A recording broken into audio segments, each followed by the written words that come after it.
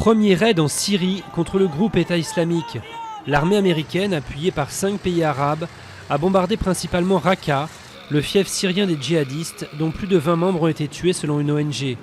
Des frappes ont également visé le front Al-Nosra, branche syrienne d'Al-Qaïda dans la province d'Alep.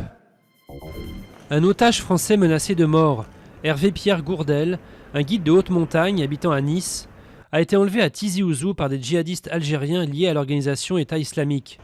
Ils menacent de l'exécuter si la France continue ses frappes aériennes en Irak. Des dizaines de milliers d'étudiants en colère contre Pékin. Ils ont entamé lundi une semaine de grève pour protester contre la décision chinoise de limiter la portée du suffrage universel dans l'ancienne colonie britannique. Seuls des candidats présélectionnés pourront en effet se présenter au scrutin exécutif local de 2017. Lourdement condamnée, elle se pourvoit en cassation. La députée marseillaise Sylvie Andrieux, exclue du PS après sa condamnation en première instance dans une affaire de détournement de fonds publics sur fond de clientélisme, a écopé en appel d'une peine plus lourde de 4 ans de prison, dont 3 avec sursis. Son avocat a aussitôt annoncé le pourvoi en cassation. Freud est devenu une icône à Vienne.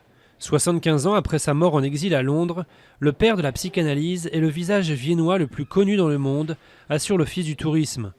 Le musée installé dans son ancien cabinet au célèbre divan attire en tout cas 75 000 visiteurs par an, malgré l'exiguïté de cet ancien appartement bourgeois où l'on continue de sonner à la porte avant d'entrer.